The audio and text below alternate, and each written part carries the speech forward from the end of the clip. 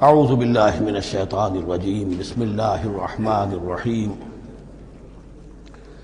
الطلاق مرتان فامساک بمعروف او تسریح باحسان صدق اللہ العظیم۔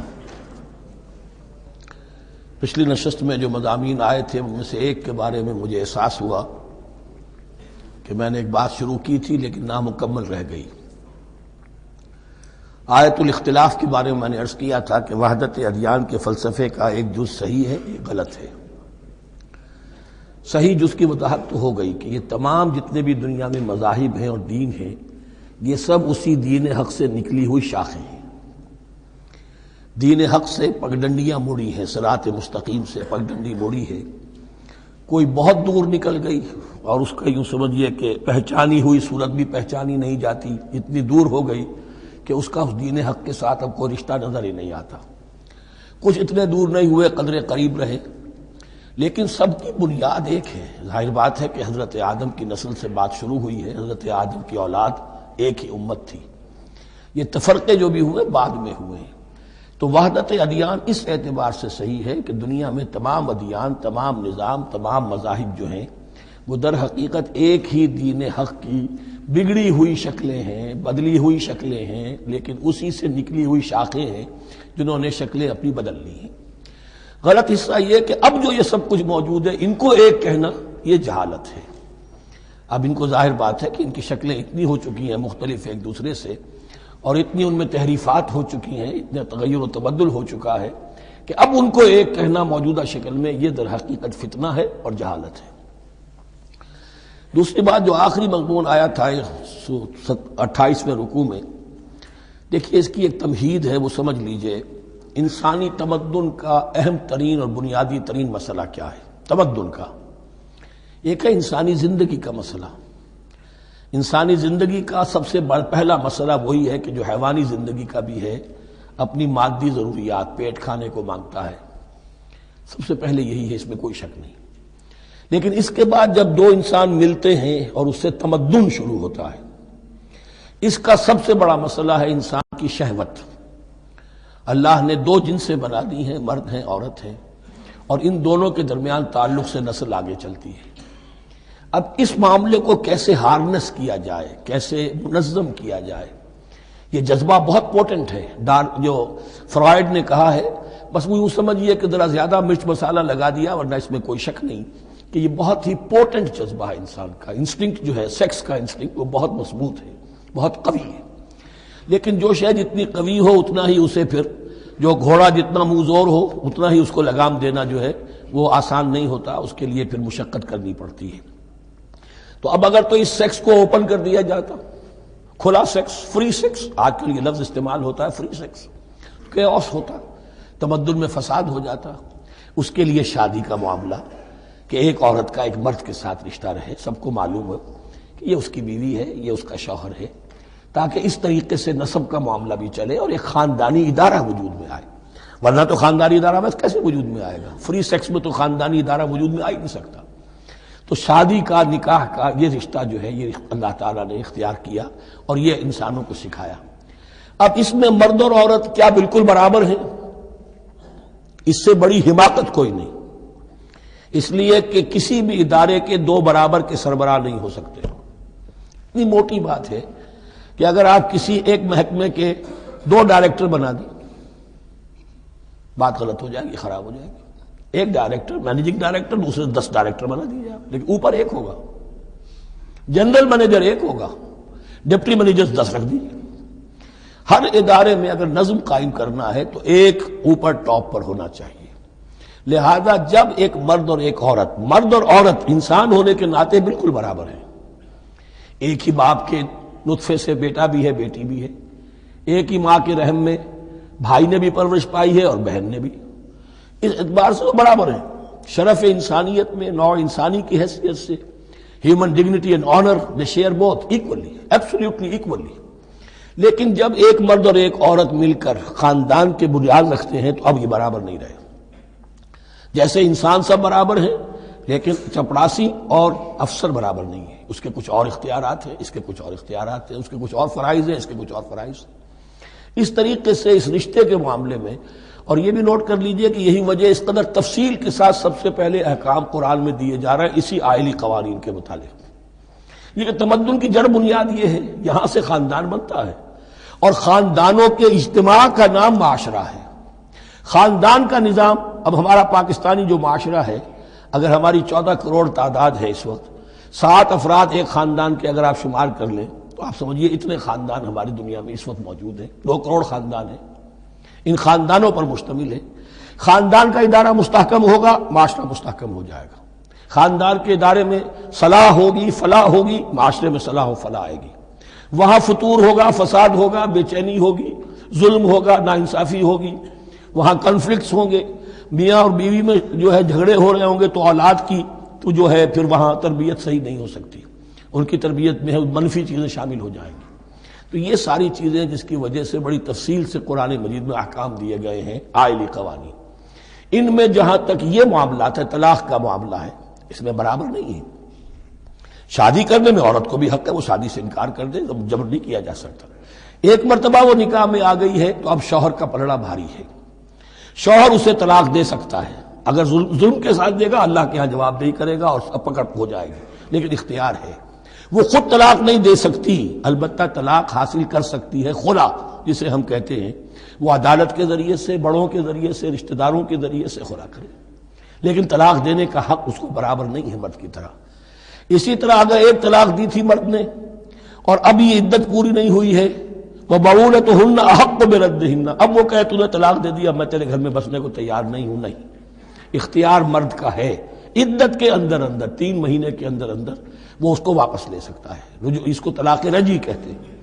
یہ تمام چیزیں ایسی ہیں کہ بہرحال خواتین کو اچھی نہیں لگتی، اور آج کی دنیا میں تو جو یہ مرد و عورت کی مساوات کا سلسلہ ہے، یہ شیطان کا سب سے بڑا فلسفہ اور معاشرے میں فساد اور گندگی پیدا کرنے کا اس کا سب سے بڑا ہتھیار ہے۔ اور اب جو کچھ رہی صحیح اقدار ہماری ایشیا کے ممالک جو ہیں، زیادہ تر مسلمان ممالک ہیں، ان میں خاندانی نظام کی جو بچی کھچی شکل رہ گئی ہے اس کو برباد کرنے کے لیے یہ قاہرہ کانفرنس اور بیجنگ کانفرنس، اس ایشیا کا گھیراؤ دونوں طرف سے، مشرق سے اور مغرب سے، کہ عورت کو آزاد کرو، عورت کو اٹھاؤ، ایمینسیپیشن کے نام پر، آزادی کے نام پر، اور مرد و عورت کی مساوات کے نام پر، تاکہ خاندانی نظام ٹوٹ کر رہ جائے، جیسے کہ ان کے ہاں ٹوٹ چکا ہے خاندانی نظام نے۔ یہ کلنٹن صاحب نے کہا تھا اپنے سال 9 کے میسج میں کہ عنقریب ہماری قوم، امریکن نیشن، بہت جلد اس کی اکثریت حرامزادوں پر مشتمل ہوگی، born out of wedlock, وہ کسی شادی کے نکاح کے نتیجے میں کوئی وجود میں نہیں آئے ہیں، زنا کے نتیجے میں وجود آئی بھی قوم ہوگی۔ 1 پیرنٹ فیملی رہ گئی ہے، ماں ہی باپ ہے اور وہی ماں ہے، اور وہ دونوں وہ جانتے ہی نہیں۔ اب وہاں بڑی ایک مہم اٹھ رہی ہے کہ ہر انسان کا حق ہے کہ اسے معلوم ہو کہ میرا باپ کون ہے۔ وہاں تو بہت سے لوگ پتہ ہی باپ کون ہے میرا، کیا پتہ۔ یہ تباہی ہے جو اس معاشرے پر آ چکی ہے، اور ہمارے ہاں بھی لوگ اسی معاشرے کی نقالی پر چل رہے ہیں۔ اور یہ نظریہ مساوات مرد و زن جو ہے یہ بہت ہی یوں سمجھیے کہ تابناک اور بہت اچھے الفاظ کے ساتھ سامنے آ رہا ہے۔ البتہ اس کا دوسرا رخ بھی ہے، اسلام نے عورت کو جو حقوق دیے ہیں بدقسمتی سے ہم مسلمانوں نے وہ بھی ان کو نہیں دیے۔ اس کی وجہ یہ ہے کہ ہمارے اوپر ہمارا ہانٹ کر رہا ہے ہمارا ہندوانہ پس منظر۔ ہندوؤں کے معاشرے میں عورت کی کوئی حیثیت نہیں، نہ اس کی وراثت کا حق ہے، نہ وہ بیوہ ہو جائے تو جینے کا حق تھا اس کو، وہ تو پھر ستی ہو جانا چاہیے اس کو، اس کے لیے تو زندگی کا حق بھی نہیں ہے، وراثت تو بہت دور کی بات رہی، کوئی پراپرٹی کا کوئی سوال نہیں، کسی طرح کی کوئی حیثیت نہیں، کوئی لیگل اینٹیٹی نہیں۔ لیکن ہم مسلمان تو ہو گئے، ہمارے آباء و اجداد، تربیت ہوئی نہیں، لہذا ہمارے اوپر وہی تصورات ہیں، عورت کو جو ہے پاؤں کی جوتی کی طرح سمجھنا۔ یہ جو کچھ ہم کر رہے ہیں ان کے جائز حقوق بھی انہیں نہیں دیتے، اس کے نتیجے میں ہم جو مغرب کا ہم پر حملہ ہے اس کو مؤثر کرنے میں گویا ہم مدد دے رہے ہیں۔ اگر ہم اپنی خواتین کو وہ حقوق نہیں دیں گے، اگر ان کے لیے جو اللہ نے جو مقرر کیا ہے وہ انہیں نہیں دیا جائے گا، تو ظاہر بات ہے کہ رد عمل میں پھر جو یہ نعرے ہیں اور بڑے خوشنما جو دعوت اٹھتی ہے وہ لازماً انہیں کھینچ کر لے جائے گی۔ تو اس طرف بھی خیال رکھیے، اور ہمارے ہاں دیندار گھرانوں میں خاص طور پر یہ بات ہوتی ہے، اس کو سمجھنا چاہیے کہ عورتوں کے کیا حقوق ہیں، ان کی دلجوئی کتنی کرنی چاہیے۔ حضور نے کیا فرمایا ہے؟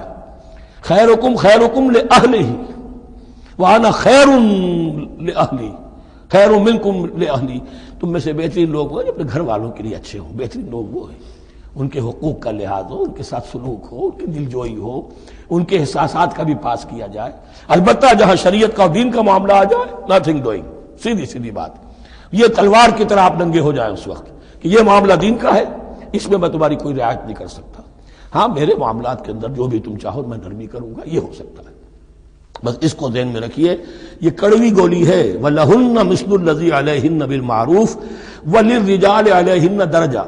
اب درمیان کے الفاظ کو تو جدید جو ہمارے ہیں دانشور وہ لے لیتے ہیں، اوپر کا نہیں دیکھتے کہ بَعُولَتُهُنَّ أَحَقُّ بِرَدِّهِنَّ، برابری کہاں رہی؟ شادی کرتے ہوئے برابری ہے، عورت کہہ سکتی میں شادی نہیں کرتی، شادی نہیں ہوگی، فصول برابری ہے، دونوں کی رضامندی سے شادی ہوگی، یہ برابری ہے۔ لیکن جب ایک مرتبہ بیوی بن گئی اب برابر نہیں ہے۔ اب یہ فلسفہ جا کر پوری طرح بیان ہوگا سورہ نساء میں، اور رجال قوامون علی النساء، یہ بات پھر وہاں آئے گی۔ اس کی تمہید ہے یہ کہ یہ کڑوی گولی ذرا خواتین کے حلق سے اترنی شروع ہو جائے۔ وَبَعُولَتُهُنَّ أَحَقُّ بِرَدِّهِنَّ، اور اسی طریقے سے وَلِلرِّجَالِ عَلَيْهِنَّ دَرَجَةٌ، البتہ اللہ نے جو ذمہ داریاں عورت کے حوالے کی ہیں، جس طرح کے اس کے فرائض ہیں ویسے ہی اس کے حقوق بھی ہیں، یہ ہے جو بات کہی جا رہی، لَهُنَّ مِثْلُ الَّذِي عَلَيْهِنَّ بِالْمَعْرُوفِ۔ اور یہ دنیا کا وہ اصول ہے کہ responsibilities and privileges they go together۔ کہیں آپ کا اگر ذمہ داری زیادہ تو حقوق اور اختیارات بھی زیادہ ہوں گے، ذمہ داری بہت ڈال دی، حقوق و اختیارات اتنے ہیں نہیں، آپ ذمہ داری ادا نہیں کر سکتے۔ جہاں ذمہ داری کم ہوگی وہاں حقوق و اختیارات بھی کم ہوں گے، یہ دونوں چیزیں پروپورشنیٹ چلتی ہیں۔ اب چلیے آگے، مجھے اندیشہ ہے کہ میں نے خاصا وقت اس میں لگا دیا۔ الطلاق مرتان، طلاق دو مرتبہ ہے، یعنی ایک شوہر کو دو مرتبہ طلاق دے کر اور رجوع کر لینے کا حق ہے۔ ایک دفعہ طلاق دی اور عدت کے اندر رجوع کر لیا، ٹھیک ہے، پھر طلاق دی اور عدت کے اندر رجوع کر لیا، ٹھیک ہے، تیسری مرتبہ طلاق دی اب رجوع نہیں کر سکتا۔ الطلاق مرتان، دو مرتبہ ہو سکتا ہے۔ فَإِمْسَاكٌ بِمَعْرُوفٍ أَوْ تَسْرِيحٌ بِإِحْسَانٍ، اب اس کے بعد فیصلہ کرو، یا تو روکو اس کو اپنے گھر میں تو وہ بھی نیکی کے ساتھ، بھلائی کے ساتھ، تنگ کرنے کے لیے نہیں، پریشان کرنے کے لیے نہیں، اور تسریح بِإِحْسَان، یا رخصت کر دینا ہے اچھے بھلے طریقے سے، بھلے مانسوں کی طرح، خوبصورتی کے ساتھ، روکو تو بھلائی کے لیے، اور اگر رخصت کرنا ہے تو خوبصورت انداز میں۔ وَلَا يَحِلُّ لَكُمْ أَن تَأْخُذُوا مِمَّا آتَيْتُمُوهُنَّ شَيْئًا، اور تمہارے لیے ہرگز جائز نہیں ہے کہ جو کچھ تم نے انہیں دیا تھا اس میں سے کچھ بھی واپس لو، جو بھی تم نے انہیں مہر دیا تھا اس میں سے کچھ واپس نہیں لے سکتے جب تم طلاق دے رہے ہو۔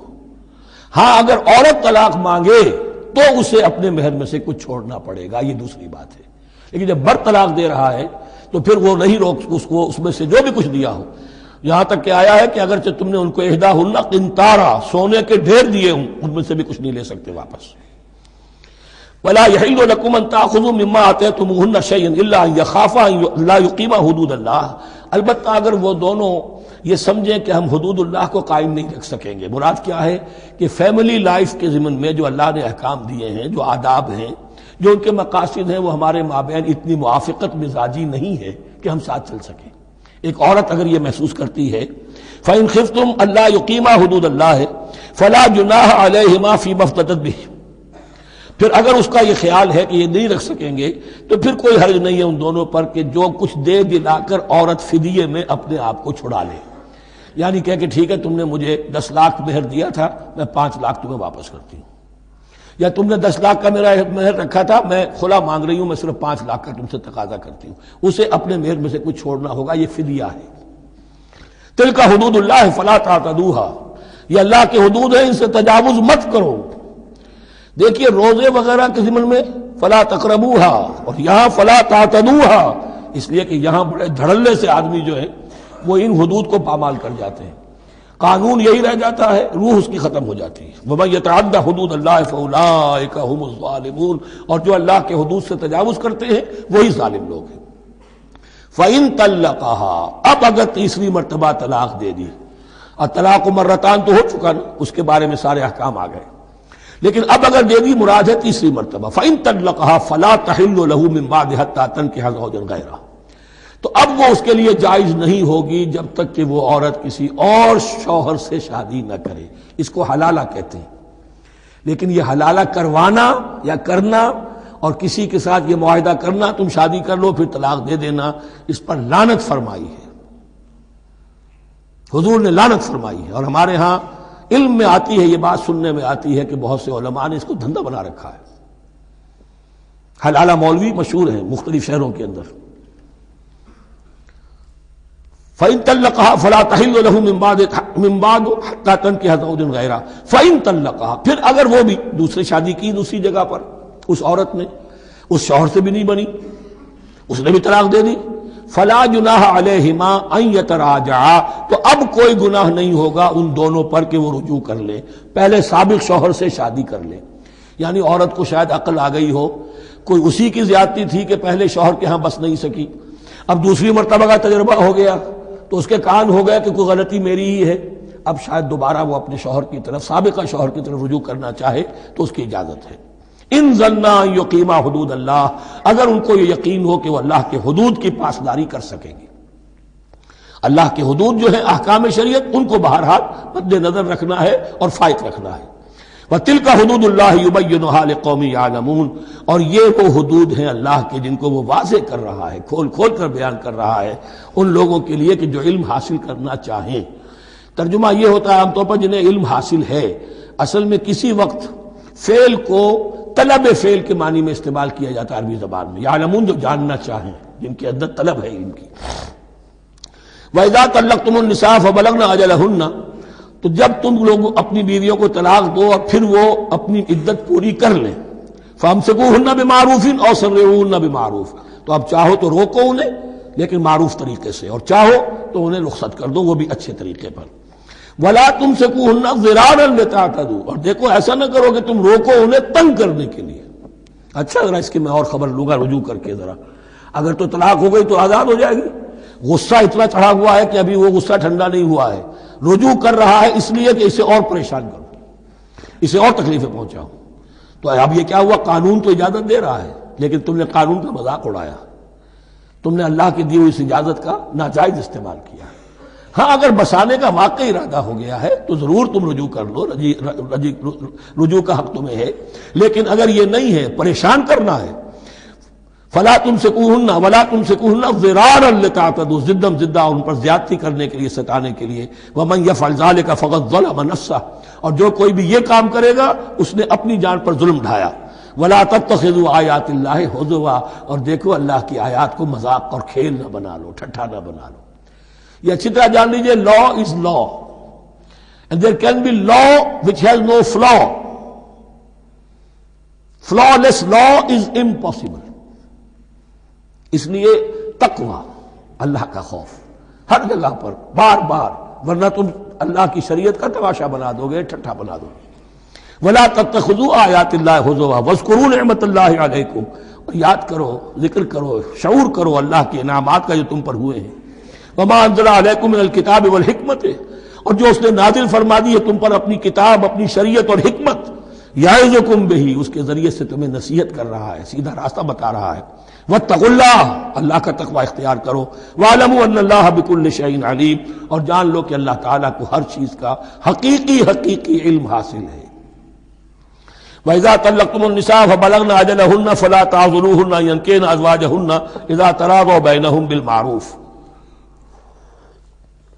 اور جب تم عورتوں کو، اپنی عورتوں کو طلاق دے دو پھر وہ اپنی عدت پوری کر لیں، تو مت آڑے آؤ اس میں کہ وہ عورتیں پھر نکاح کر لیں اپنے سابق ازواج سے، اذا تراضوا بینہم بالمعروف، جبکہ وہ آپس میں رضامند ہو جائیں بھلے طریقے پر۔ یعنی اگر طلاق مغلظ نہیں ہے، دیکھیے ایک طلاق ہوتی ہے بائن، پہلی طلاق دوسری طلاق، یہ جب تک عدت ختم نہیں ہوئی طلاق رجعی کہلاتی ہے، اس کے دوران شوہر کو رجوع کرنے کا حق ہے۔ عدت پوری ہو گئی، اب یہ بائن ہو گئی، اب شوہر اور بیوی کا جو رشتہ ہے ٹوٹ گیا۔ اب اگر نکاح ہوگا تو دوبارہ ہوگا، اس میں عورت کی مرضی کو دخل ہے، عدت کے اندر عورت کی مرضی کو دخل نہیں ہے، لیکن عدت کے بعد اب عورت کو اختیار ہے، اب تو نکاح ثانی ہوگا، سوائے طلاق مغلظ کے۔ تیسری طلاق اگر ہو گئی ہے تو پھر جب تک اس کا نکاح کسی اور سے نہ ہو جائے اور وہ بھی طلاق دے دے تو ان کے درمیان نکاح نہیں ہو سکتا۔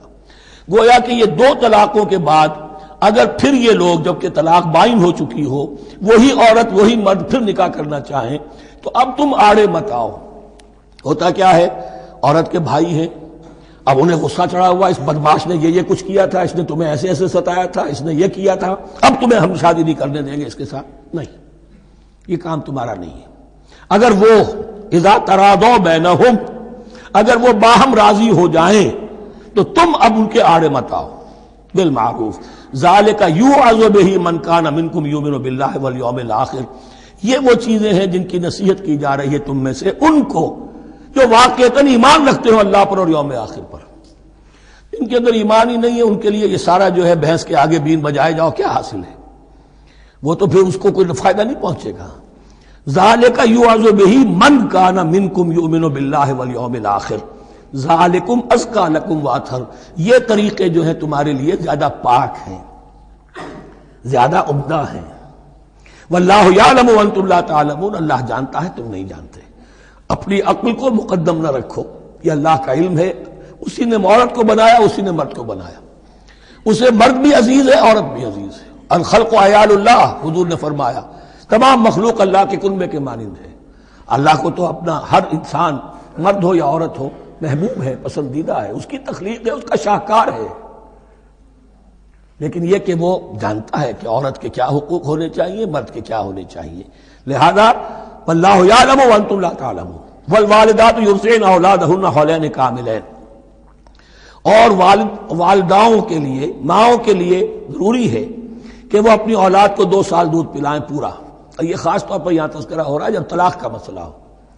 اب طلاق ہو گئی، شوہر تو علیحدہ ہو گیا، شوہر کہتا ہے بھائی میرا بچہ تو میرا ہے، قانوناً تو اولاد شوہر کی ہوتی ہے، لیکن تم اسے دودھ پلاؤ، تو 2 سال تک وہ عورت انکار نہیں کر سکتی، دودھ پلائے گی۔ لمن اراد ان یتم الرضاعہ، جو شخص چاہے کہ یہ رضاعت پوری کروائے اپنی سابقہ مطلقہ بیوی سے۔ وعلی المولود لہ رزقہن وکسوتہن بالمعروف، لیکن اس عرصے کے لیے جس کی وہ اولاد ہے یعنی شوہر جو سابق ہے اس کے ذمے ہے اس کا رزق اور اس کا لباس، جسے ہم نان نفقہ کہتے ہیں۔ 2 سال اگر اس نے دودھ پلانا ہے اس ماں نے، مطلقہ ماں نے اپنے طلاق دینے والے شوہر کے بیٹے کو یا بیٹی کو، تو اب اس عرصے کے دوران اس کا نان نفقہ اس کے ذمے ہے، باپ کے ذمے ہے، بالمعروف، بڑے طریقے سے۔ یعنی یہ کہ ایسا نہ ہو کہ ہے تو کروڑ پتی لیکن اب وہ اس کو بیوی کو مطلقہ کو وہ دینا چاہے نان نفقہ اپنی خادماؤں کی طرح کا، نہیں، وہ ہونا چاہیے معروف طریقے پر۔ لا تکلف نفس الا وسعها، کسی پر ذمہ داری نہیں ڈالی جاتی مگر اس کی وسعت کے مطابق۔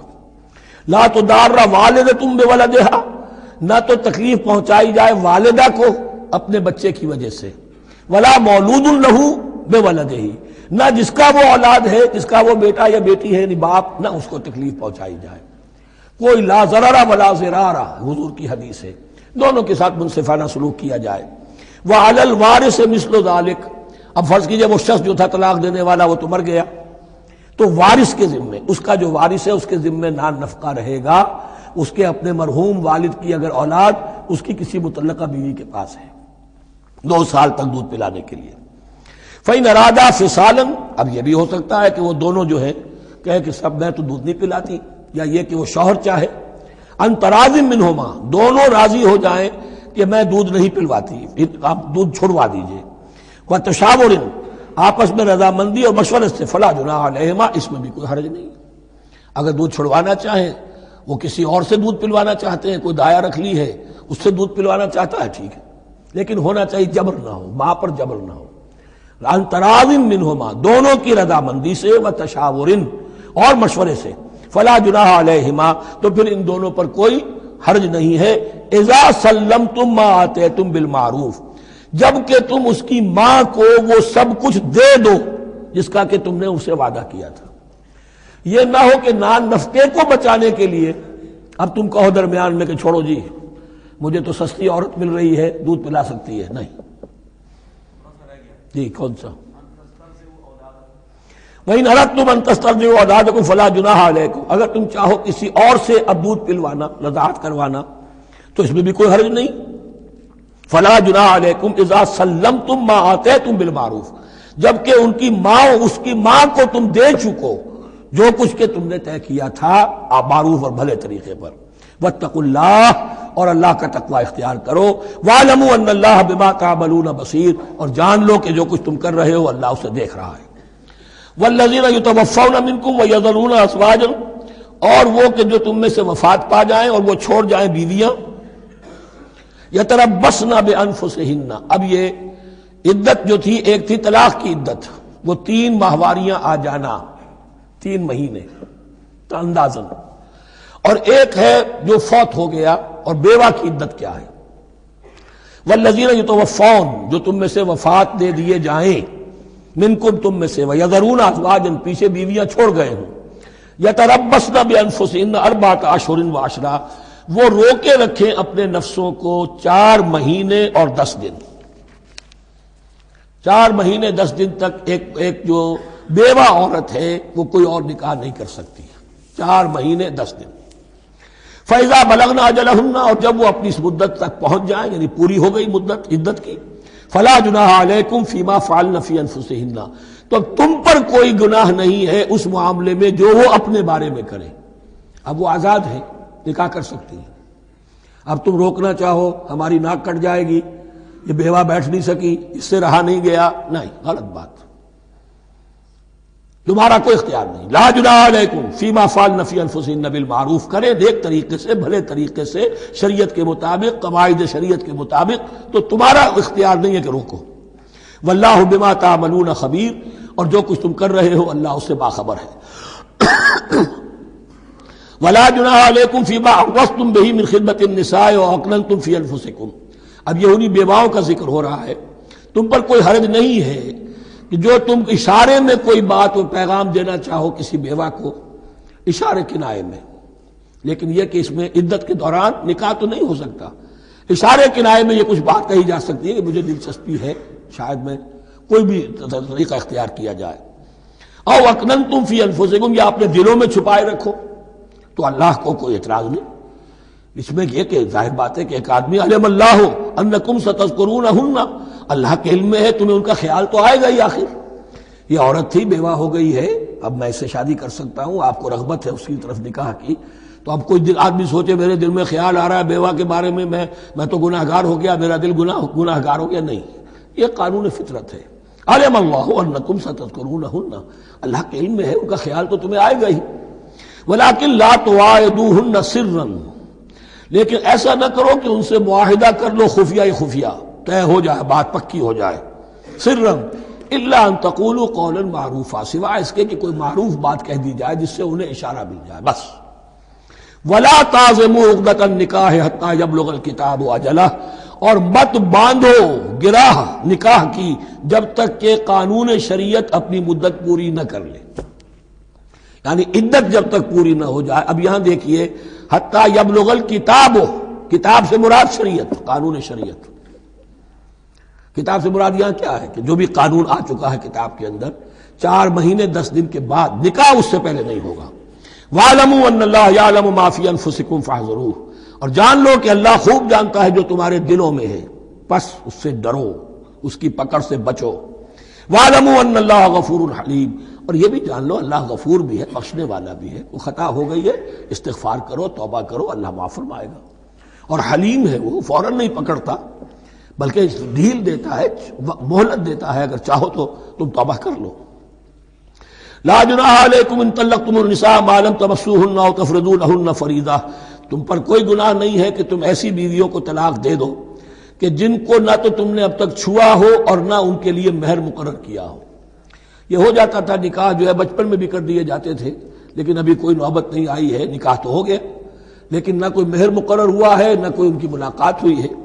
تو اگر ایسا کرو گے تو تم طلاق دے سکتے ہو. وَمَتِّعُوهُنَّ، لیکن شرافت کا تقاضا یہ ہے کہ جو لڑکی تم سے منسوب رہی ہے، اب اگر وہ رشتہ توڑ رہے ہو تو اسے کچھ دے دلا کر، اسے کچھ نہ کچھ متاع، کچھ سامان دنیاوی دے کر. مَتِّعُوهُنَّ عَلَى الْمُوسِعِ قَدَرُهُ وَعَلَى الْمُقْتِرِ قَدَرُهُ، جو وسعت والا ہے، جس کو کشائش حاصل ہے، غنی ہے، وہ اپنی حیثیت کے مطابق، اور جو تنگ دست ہے وہ اپنی حیثیت کے مطابق. متاعًا بالمعروف، اور یہ ساز و سامان دینا جو ہے یہ بھی بھلے انداز میں ہو، ایسا نہ ہو جو خیرات دی جا رہی ہو.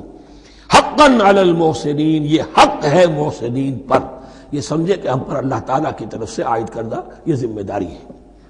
وَإِن طَلَّقْتُمُوهُنَّ مِن قَبْلِ أَن تَمَسُّوهُنَّ وَقَدْ فَرَضْتُمْ لَهُنَّ فَرِيضَةً، اور اگر دوسری شکل یہ ہے کہ تم نے طلاق دی ایسی بیوی کو کہ جس کو تم نے چھوا تو نہیں ہے لیکن مہر مقرر ہو چکا تھا، فَنِصْفُ مَا فَرَضْتُمْ، تو اب آدھا مہر جو ہے جو تم نے فرض کیا تھا، جو طے کیا تھا، اس کا آدھا تو تمہیں دینا ہی دینا ہے۔ الا یعفون، الا یہ کہ وہ معاف کر دیں، ہمیں آدھا بھی نہیں چاہیے، یا چلیے ہمیں چوتھائی دے دیجئے۔ او یعفو الذی بیدہ عقدۃ النکاح، یا وہ اس کے اندر جو ہے سخاوت سے کام لے کہ جس کے ہاتھ میں نکاح کی گرہ ہے، گرہ تو مرد کے ہاتھ میں وہ کھول سکتا ہے، عورت طلاق دے نہیں سکتی، لہذا کیوں نہ ایسا کرو کہ تم پورا ہی مہر دے دو۔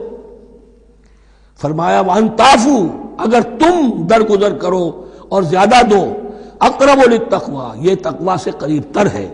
ولا تنسبوا الفضل بینکم، اپنے مابین احسان کرنا مت بھولو، اور اپنے مابین جو فضیلت اللہ نے تمہیں دی ہے عورتوں پر اس کو مت بھولو۔ تمہارا پھر ایٹیچیوڈ بھی ایسا ہونا چاہیے کہ تم اپنے بڑے ہونے کے حساب سے ان کے ساتھ نرمی کرو، ان کو زیادہ دو، ان کو جتنا بھی مہر مقرر کیا تھا اس سے بھی زیادہ دے دلا کے رخصت کرو۔ قانون میں تو صرف مہر ہوگا، البتہ قانون یہی ہے کہ اگر انہیں چھوا نہیں ہے، مقاربت نہیں ہوئی ہے، لیکن یہ کہ مہر مقرر ہو چکا تھا تو آدھا مہر تو لازماً دینا ہے۔ آدھا بھی یہ چھوڑ سکتی ہے عورت، لیکن تمہارے لیے بہتر ہے کہ تم پورا دو یا اور زیادہ دو۔ ان اللہ بما تعملون بصیر، یقیناً جو کچھ تم کر رہے ہو اللہ دیکھ رہا ہے۔ حافظوا علی الصلوات والصلاۃ الوسطی، محافظت کرو پوری طرح، چوکس ہو کر، چوکنے ہو کر تمام نمازوں کی، اور خاص طور پر صلاۃ وسطیٰ کی۔ یعنی بار بار جو آ رہا ہے جان لو اللہ جانتا ہے، جان لو اللہ دیکھ رہا ہے، جو کچھ تم کر رہے ہو اللہ کی نگاہ میں ہے، جو کچھ تم کر رہے ہو اللہ باخبر ہے، یہ سارا کچھ جو ہے یہ اللہ کی یاد ذہن میں برقرار رکھنے کے لیے تمہیں نماز دی گئی ہے۔ 5 وقتہ تم حاضر ہو، دنیا کے کاروبار سے نکلو اور آ کر پھر عہد اللہ سے اپنا جو ہے، یہ جو حفیظ کا ایک شعر ہے، آؤ سجدے میں گرے لوح جبیں تازہ کریں، سرکشی نے کر دیے دھندلے نقوش بندگی، آؤ سجدے میں گرے لوح جبیں تازہ کریں۔ یہاں پر جو ہمارا بندگی کا نقش تھا سرکشی کی وجہ سے وہ دھندلے ہو گئے ہیں۔ سرکشی نے کر دیے دھندلے نقوش بندگی، آؤ سجدے میں گرے لوح جبیں تازہ کریں، کہ پھر اس پر اللہ تعالیٰ کے ساتھ جو عہد کیا ہے ایاک نعبد و ایاک نستعین اسے پھر تازہ کریں۔ حافظوا علی الصلوات والصلاۃ الوسطی، صلاۃ وسطیٰ کے بارے میں بہت سے اقوال ہیں، لیکن عام طور پر اس سے مراد عصر کی نماز لی گئی ہے۔ دن میں 2 نمازیں اس سے پہلے ہیں، فجر ہے، ظہر ہے، 2 پھر بعد میں ہے، مغرب ہے، عشاء ہے۔ وقوموا للہ قانتین، اور کھڑے ہوا کرو اللہ کے سامنے پورے ادب کے ساتھ، یعنی ایک تو رکوع ہے جس میں جھکنا ہے، سجدہ ہے جھکنے کی انتہا ہے، قیام بھی قنوت کے ساتھ ہو، معلوم ہو کہ ایک بندہ اپنے آقا کے سامنے کھڑا ہے، اس کے کھڑے ہونے کے انداز میں بھی معلوم ہو کہ تواضع ہے، عجز ہے۔ فَإِنْ خِفْتُمْ فَرِجَالًا أَوْ رُكْبَانًا، اور اگر تم خوف کی حالت میں ہو تو چاہے پیادہ چلتے ہوئے، سفر کرتے ہوئے، دشمن پیچھا کر رہا ہے، آپ کہیں جا رہے ہیں تو چاہے اب رکیں گے نماز پڑھیں گے تو وہ تعاقب میں قریب آ جائے گا، تو رجالن چلتے ہوئے، یا کہیں جلدی جانا ہے اور وہاں پر ابھی فوری طور پر حملہ کرنا ہے تو اس میں یہ ہے کہ جنگ کی حالت میں یہ رعایتیں ہیں، چلتے ہوئے اور رکبانہ یا سوار ہونے کی حالت میں بھی نماز پڑھی جا سکتی ہے۔ فَإِذَا أَمِنْتُمْ، لیکن پھر جب امن میں ہو جاؤ، فَاذْكُرُوا اللَّهَ كَمَا عَلَّمَكُمْ، پھر اللہ کو یاد کرو جیسے کہ تمہیں اس نے سکھایا ہے۔ کس نے سکھایا ہے؟ محمد الرسول اللہ نے۔ صلو کما رأیتمونی اصلی، نماز پڑھو جیسے کہ تم مجھے دیکھتے ہو میں نماز پڑھتا ہوں۔ وہ ہے اللہ کا سکھایا ہوا، اس لیے کہ یہ بھی ثابت ہے روایات سے کہ حضرت جبرائیل نے آ کر حضور کو نماز پڑھائی ہے، 2 دن پڑھائی ہے۔ ایک دن 5 نمازیں اول وقت میں پڑھائیں، دوسرے دن 5 نمازیں آخری وقت میں پڑھائیں، اور بتا دیا کہ ان نمازوں کا وقت ان اوقات کے دوران ہے۔ تو معلم جو ہے حضور کے نماز کے معاملے میں حضرت جبرائیل ہے، اور اب حضور جو ہے پوری امت کے لیے معلم ہے۔ فَإِذَا أَمِنْتُمْ فَاذْكُرُوا اللَّهَ كَمَا عَلَّمَكُم مَّا لَمْ تَكُونُوا تَعْلَمُونَ، جو کہ تم نہیں جانتے تھے اللہ نے تمہیں سکھایا ہے۔ وَالَّذِينَ يَتَوَفَّوْنَ مِنكُمْ وَيَذَرُونَ أَزْوَاجًا، اور پھر دوبارہ لوٹ کر معاملہ آ رہا ہے بیواؤں کا، اور جو لوگ تم میں سے وفات دے دیے جائیں اور وہ چھوڑ جائیں پیچھے بیویاں، وصیۃ لازواجہم متاعا الی الحول غیر اخراج، تو ان کی بیویوں کے لیے وصیت لازماً، اپنی بیویوں کے لیے وصیت لازماً کریں 1 سال تک کے لیے نان نفقے کی، اور بغیر اس کے کہ انہیں گھروں سے نکالا جائے۔ اب یوں سمجھیے اس کو، ایک شخص فوت ہوا، 4 بیویاں ہیں، ایک کے ہاں اولاد تھی، بیٹا تو اسی کا ہے، باقی 3 تو اس کی جو ہیں سوتیلی مائیں ہیں۔ ایک ماں کو تو وہ اپنی ماں سمجھ کر اس کی خدمت کرے گا، باقی 3 کو لائبلٹی سمجھے گا۔ تو فرمایا ایسا نہ ہو کہ فوراً نکال دو کہ جاؤ اپنا راستہ لو، جس سے تمہاری شادی تھی وہ گیا۔ 1 سال کے لیے انہیں گھر سے نہ نکالا جائے اور ان کا نان نفقہ دیا جائے۔ لیکن یہ بھی اصل میں تھا وصیت کا، جب یہ جو قانون آئے گا وراثت کا تو اس سے پہلے کے لیے، جیسے کہ والدین کے لیے کہا گیا تھا وصیت کرو، ایسے بیویوں کے لیے بھی کرو۔ جب ان کا حق آ گیا، اس لیے کہ شوہر مر گیا ہے تو بیوی کا حق ہے اس کی وراثت میں، بیوی مر گئی ہے شوہر کا حق ہے اس کی وراثت میں، تو وہ تو وراثت کے اندر حق معین ہو گیا، تو اب یہ وصیت کی ضرورت نہیں۔ اور اسی طرح 1 سال کا نفقہ نہیں ہے، اب نفقہ جو ہے وہ صرف عدت کے دوران کا ہے، جو ہم اس سے پہلے پڑھ چکے ہیں۔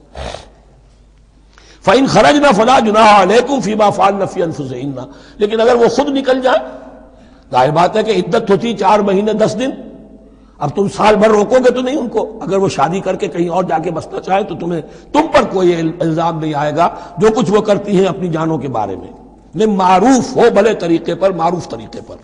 واللہ عزیز الحکیم، اور یقیناً اللہ تعالیٰ زبردست ہے، حکمت والا۔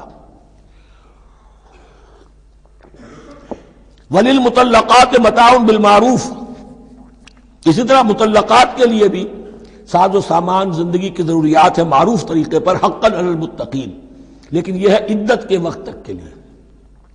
اسی معاملے میں شاہبانو کیس میں ایک جو فیصلہ دیا تھا یہ کلکتہ ہائی کورٹ نے، اس پر پھر ہندوستان میں ایجیٹیشن ہوا۔ اس نے یہ فیصلہ دیا تھا کہ کوئی مسلمان اپنی بیوی کو طلاق دے دے تو اب وہ بیوی اگر تو دوسری شادی کر لے تب تو بات دوسری ہے، ورنہ جب تک زندہ رہے گی اس طلاق دینے والے پر اس کا نان نفقہ جو ہے رہے گا پوری زندگی تک۔ اس پر مسلمانوں نے کہا، بھارت کے مسلمانوں نے، یہ ہماری شریعت میں دخل اندازی ہے، شریعت نے صرف عدت تک کا حق رکھا ہے مطلقہ کے لیے، تم ساری زندگی کہاں سے لا رہے ہو۔ پھر وہ فساد ہوا، پھر بہت سے لوگوں نے جانیں دیں، پھر جو ہے ایجیٹیشن ہوا، لیکن پھر راجیو گاندھی کو گھٹنے ٹیکنے پڑے، اور پھر قانون بنا دیا گیا بھارت میں کہ کوئی عدالت ہندوستان کی including supreme court of India مسلمانوں کے آئلی قوانین میں دخل نہیں دے سکتی۔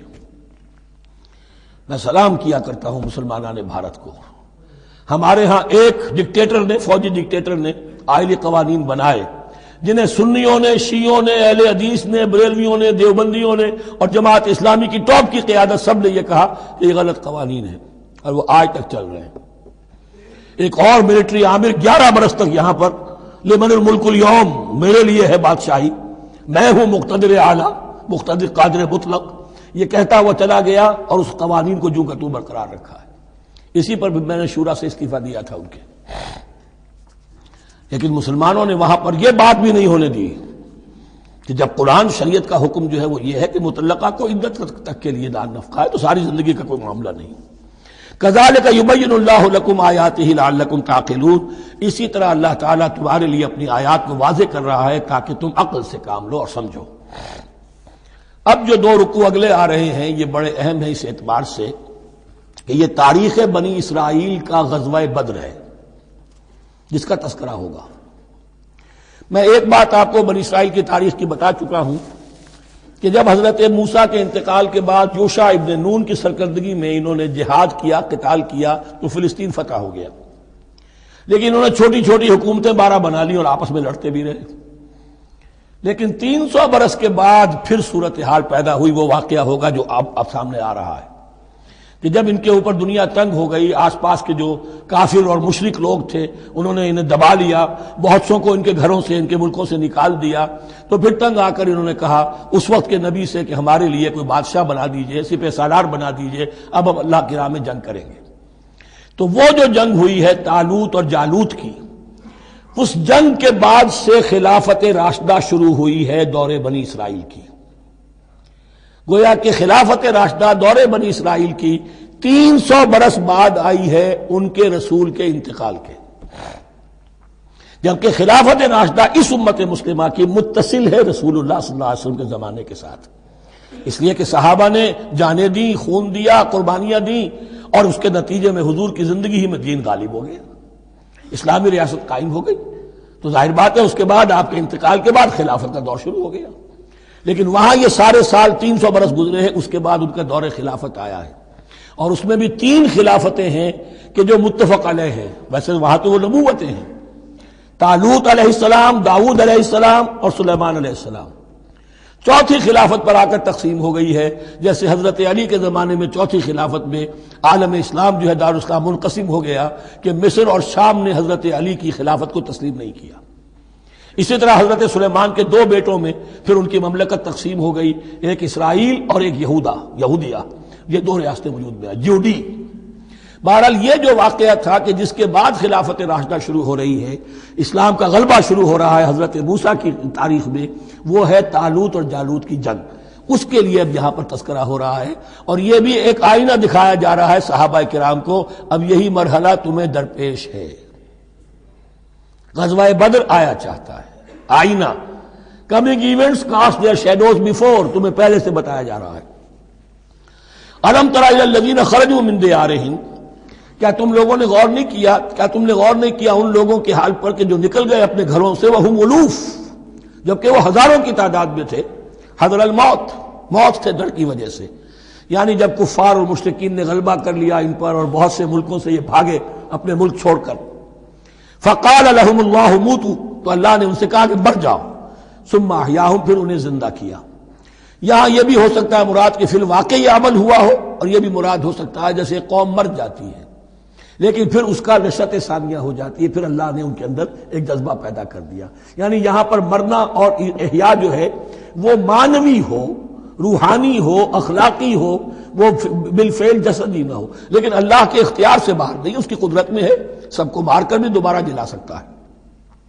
ان اللہ لذو فضل علی الناس ولکن اکثر الناس لا یشکرون، اور یقیناً اللہ تعالیٰ تو اپنے بندوں پر بڑا فضل کرتا ہے، لیکن اکثر لوگ جو ہے شکر نہیں کرتے، ناقدری کرتے ہیں اللہ کے احسانات کی۔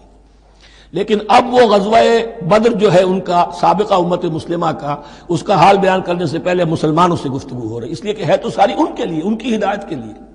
تاریخ بیان کرنا قرآن کا مقصد نہیں ہے، تاریخ کی کتاب نہیں ہے یہ، تو جو پروسیس آف ریولوشن چل رہا تھا، جو جد و جہد تھی، جو تحریک تھی محمد رسول اللہ کی، جس مرحلے میں سے وہ تحریک گزر رہی ہے، اسی مرحلے کی مناسبت سے سابقہ تاریخ سے بھی واقعات لائے جا رہے ہیں، اور اسی کی مناسبت سے وہ جو بھی وقتی احکام ہیں وہ دیے جا رہے ہیں۔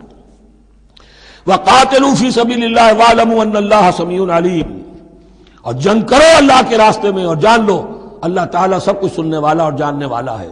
من ذا الذی یقرض اللہ قرضا حسنا فیضاعفہ لہ اضعافا کثیرا، کون ہے وہ شخص کہ جو اللہ کو قرض حسنہ دے؟ یہ انفاق جب کیا جاتا ہے خالص اللہ کے دین کے لیے، تو اللہ کہتا ہے یہ میرے ذمہ قرض ہے، دین میرا ہے، تم میرے دین کو غالب کرنا چاہتے ہو، میری حکومت قائم کرنا چاہتے ہو، تو جو کچھ اس میں خرچ کرو گے وہ مجھ پر قرض ہے، قرض حسنہ ہے۔ من ذا الذی یقرض اللہ قرضا حسنا فیضاعفہ لہ، تو اللہ اس کو اس کے لیے بڑھاتا رہے، دگنا کرتا رہے، اضعافا کثیرا، دگنا چوگنا، بہت گنا۔ واللہ یقبض ویبسط، اور اللہ ہی کے اختیار میں کسی چیز کو چھوٹا کر دینا، سکیر دینا، اور کھول دینا اور کشائش کر دینا۔ وإلیہ ترجعون، اور اسی کی طرف تمہیں لوٹا دیا جائے گا۔ یہاں دیکھیے یہ دونوں چیزیں، جہاد بالنفس اس کی آخری شکل قتال، اور جہاد بالمال اس کے لیے پہلے لفظ آ رہا تھا انفاق، اب قرض حسنہ، اللہ کو قرض حسنہ۔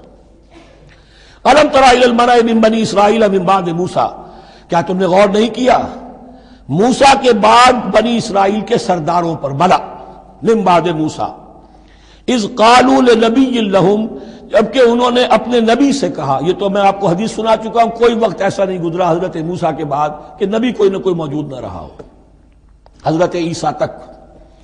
اس زمانے کے جو نبی تھے ان سے انہوں نے کہا لَهُمْ مُبَعَثْ لَنَا مَلِكًا نُقَاتِلْ فِي سَبِيلِ اللَّهِ، اب ہمارے لیے کوئی بادشاہ مقرر کر دیجئے تاکہ ہم اللہ کی راہ میں قتال کریں، جنگ کریں۔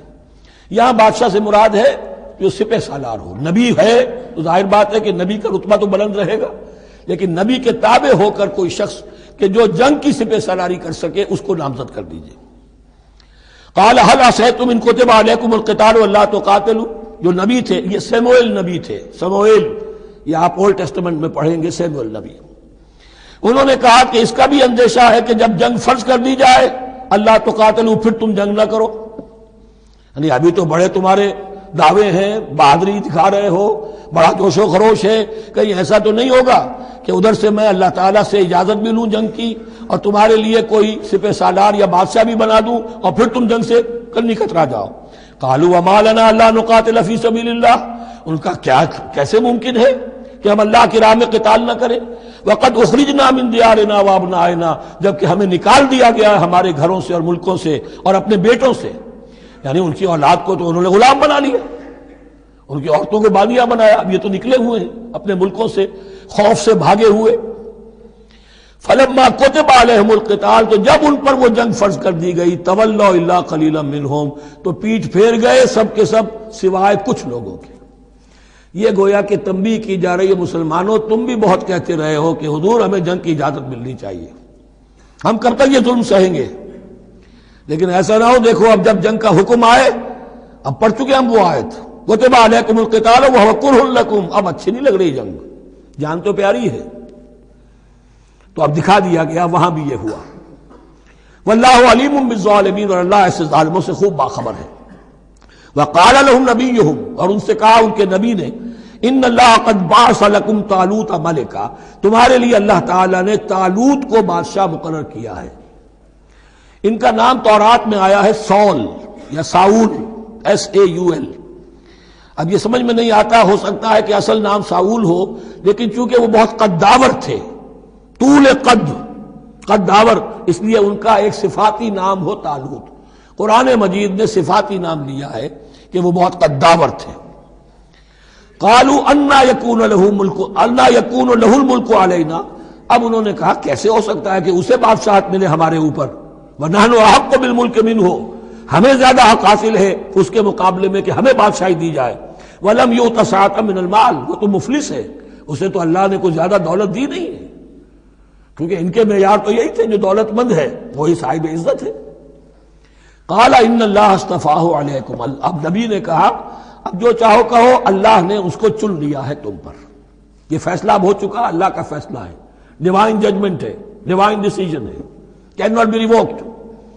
وزادہ بسطۃ فی العلم والجسم، اور اسے کشادگی عطا کی ہے علم اور جسم دونوں چیزوں میں، قداور ہے، طاقتور ہے، اور اسی طریقے سے علم اور فہم دیا ہے۔ تم دولت دیکھتے ہو، اللہ نے چنا ہے ان دو چیزوں کی بنا پر، جسمانی طاقت، جسمانی قوت، اس دور میں ظاہر بات ہے اس کی بہت ضرورت تھی، اور دوسرے یہ کہ اسے علم دیا ہے، فہم دیا ہے، سمجھ دی ہے، دانش دی ہے۔ واللہ یؤتی ملکہ من یشاء، اور اللہ تعالیٰ جس کو چاہتا ہے اپنی بادشاہت دے دیتا ہے۔ واللہ واسع علیم، اللہ بہت سمائی والا ہے، واسع، اس کی وسعت جو ہے وہ اتھا ہے، اور علیم، اور سب کچھ واسع علیم، جاننے والا ہے، یعنی وہ جس کو جو کچھ دیتا ہے بربنائے علم دیتا ہے، کون اس کا مستحق ہے۔ وقال لهم نبيهم ان آیۃ ملکہ ان یاتیکم التابوت فیہ سکینۃ من ربکم وبقیۃ مما ترک آل موسیٰ وآل ہارون تحملہ الملائکہ، اور ان سے کہا ان کے نبی نے کہ طالوت کی بادشاہت کی ایک نشانی یہ ہوگی کہ وہ صندوق جو تمہارے سے جاتا رہا چھن چکا ہے، جس میں سکینہ ہے، تمہارے لیے تسکین کا سامان ہے تمہارے رب کی طرف سے، اور بقیت مما ترک آل موسیٰ و آل ہارون، اور کچھ تبرکات ہیں جو آل موسیٰ اور آل ہارون کے اس صندوق میں رکھے ہوئے ہیں، تحملہ الملائکہ، وہ ملائکہ کی تحویل میں ہے۔ اب ان کی بادشاہی کی علامت کے طور پر وہ صندوق تمہارے پاس واپس آ جائے گا۔ اصل میں یہ تابوت سکینہ جو ہے یہ ان کا ایک بڑا لکڑی کا صندوق ہے، اب بھی ہے، ان کا دعویٰ ہے کہ موجود ہے، اور مسجد اقصیٰ کے نیچے جو سرنگ ہے اس میں موجود ہے۔ بعض ذرائع سے فوٹو لے کر بھی انہوں نے ڈاکومنٹری فلم بھی ابھی دکھا دی ہے کہ موجود ہے۔ نبوکدنضر نے جب گرایا تھا 586 قبل مسیح میں، جو حضرت سلیمان کا بنایا ہوا ہیکل تھا، اس کے تہخانے میں وہ رہتا تھا، اور وہیں پر جو ربائی تھے وہاں موجود تھے، ربانیین، تو جب گرایا گیا ہے اس کو ہیکل کو تو اسی میں وہ دب گئے ہیں، لیکن وہ چاروں طرف سے جو بھی تہخانہ تھا بند ہو گیا ہوگا، اور وہاں پر ان کی لاشیں بھی ہیں اور تابوت سکینہ بھی ہے۔ لیکن ہوا یہ تھا کہ جب ان کے پڑوسی ملکوں نے انہیں شکستیں دی تو وہ تابوت سکینہ بھی چھین کر لے گئے۔ اب اس میں گویا کہ ان کے لیے بہت بڑی بات تھی کہ ان کے لیے کم سے کم ایک دل کی روحانی تسکین کا سامان تھا. ہمارے پاس حضرت موسیٰ کے تبرکات ہیں، عصائے موسیٰ اس میں ہے، رکھا ہوا ہے، اب بھی ہے. اسی طریقے سے اس میں وہ جو جن تختیوں پر تورات لکھی ہوئی دی گئی تھی حضرت موسیٰ کو، وہ موجود ہے ان کے کہنے کے مطابق، اب بھی ہے. تو اس طریقے سے ان کے لیے تسکین ہوتی تھی، جیسے کہ مسلمان کو خانہ کعبہ کو دیکھ کر تسکین ہوتی ہے. تو فرمایا اس میں تمہارے لیے سکینت بھی ہے اور تمہارے آل موسیٰ اور آل ہارون کے تبرکات بھی ہیں. تحملہ الملائکہ، اس وقت وہ ملائکہ کی تحویل میں ہوا یہ کہ جہاں وہ تابوت لے گئے ان کے دشمن، وہاں پلیگ آ گئی. انہوں نے سمجھا کوئی نحوست ہے اس کے اندر جس کی وجہ سے پلیگ آ گئی ہے. انہوں نے ایک چھکڑے کے اوپر اس کو رکھا اور بیلوں کو ہانک دیا، جاؤ جدھر جانا ہے. تو حضرت سموئیل نے ان سے کہا کہ طالوت کا اللہ کی طرف سے نامزد کیے جانا ایک علامت اس کی یہ ہوگی کہ وہ تمہارے تسکین کا سامان جو تم سے چھن گیا تھا ان کے عہد عمارت میں یا ان کے عہد ملوکیت میں تمہیں واپس مل جائے گا، اور وہ فرشتوں کی تحویل میں ہے. تو ایک روز وہ چھکڑا جو ہے وہ لیے ہوئے وہ تابوت ان کے ہاں پہنچ گیا. ان فی ذلک لآیۃ لکم ان کنتم مؤمنین، یقیناً اس میں تمہارے لیے نشانی ہے اگر تم ماننے والے ہو. فلما فصل طالوت بالجنود، اب جب حضرت طالوت اپنے لشکروں کو لے کر چلے، ان میں سے جو لوگ تو انکار کر گئے رہ گئے، جو لوگ چلے ساتھ ان کو لے کر چلے. قال ان اللہ مبتلیکم بنہر، انہوں نے فرمایا اپنے لشکر والوں سے اللہ تعالیٰ تمہاری ایک آزمائش کرے گا ایک نہر سے، دریا سے. یہی جو ہے جارڈن ریور جارڈن، اس کو کراس کر کے پھر حملہ کرنا تھا.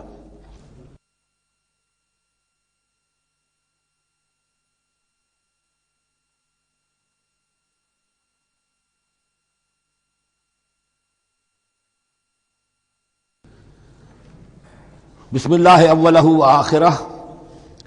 فلما فصل طالوت بالجنود، تو جب طالوت اپنے لشکروں کو لے کر چلے، قال ان اللہ مبتلیکم بنہر، تو انہوں نے کہا کہ اللہ تعالیٰ تمہاری آزمائش کرے گا ایک دریا سے، یعنی دریائے اردن.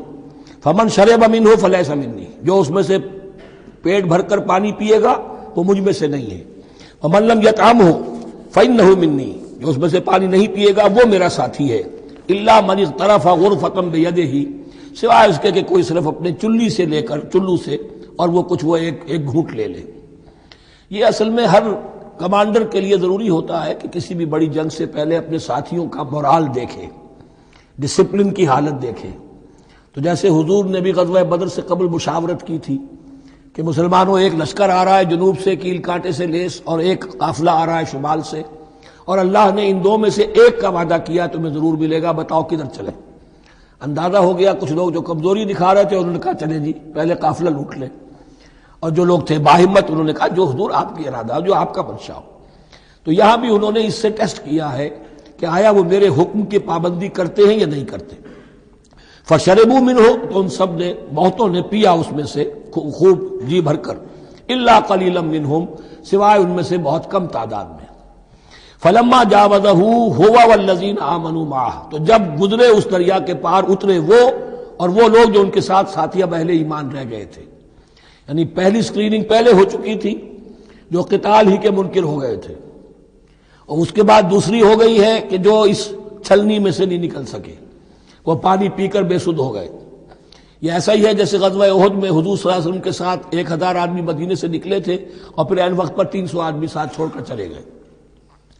تو جب انہوں نے دریا پار کر لیا انہوں نے اور ان کے ساتھی اہل ایمان نے، قالوا لا طاقت لنا اليوم بجالوت وجنود، تو انہوں نے کہا کہ ہمارے اندر تو واقعتاً طاقت نہیں ہے کہ ہم جالوت کا اور اس کے لشکروں کا مقابلہ کر سکیں. یہ گولیت جس کو کہتے ہیں جالوت، یہ بڑا قوی ہیکل انسان تھا، اور اس کا جو زرہ بختر تھا وہ اتنا پورا جسم ڈھکا ہوا کہ سوائے آنکھ کے سوراخ کے اور کچھ نہیں تھا اس میں، جو نظر ہی نہیں آتا تھا. تو اس نے مبارزت کی اور کوئی بھی مقابلے پر نہیں آ رہا تھا.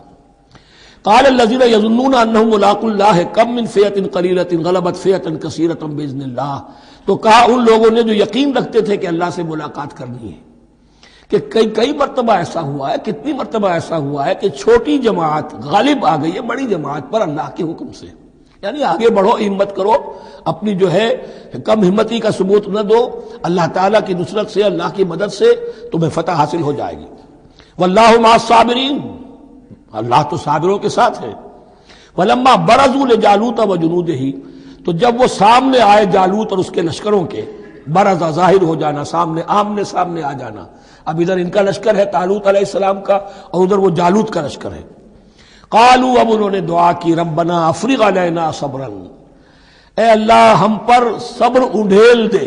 یہ افرغ کا لفظ ہوتا ہے کسی برتن سے پانی اس طرح گرا دینا کسی کے اوپر کہ وہ برتن خالی ہو جائے، گھڑوں پانی ڈال دینا یا کچھ اور برتن میں سے۔ افرغ علینا صبرا، ہم پر صبر انڈھیل دے، صبر کی بارش فرما دے۔ ربنا افرغ علینا صبرا وثبت اقدامنا، اور ہمارے قدموں کو جما دے، وانصرنا علی القوم الکافرین، اور ہماری مدد فرما ان کافروں کے مقابلے میں۔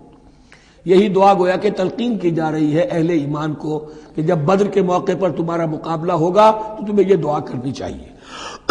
فَهَزَمُوهُمْ بِإِذْنِ اللَّهِ، تو انہوں نے بھگا دیا ان کو اللہ کے حکم سے، اللہ کے اذن سے، اللہ کی مشیت سے۔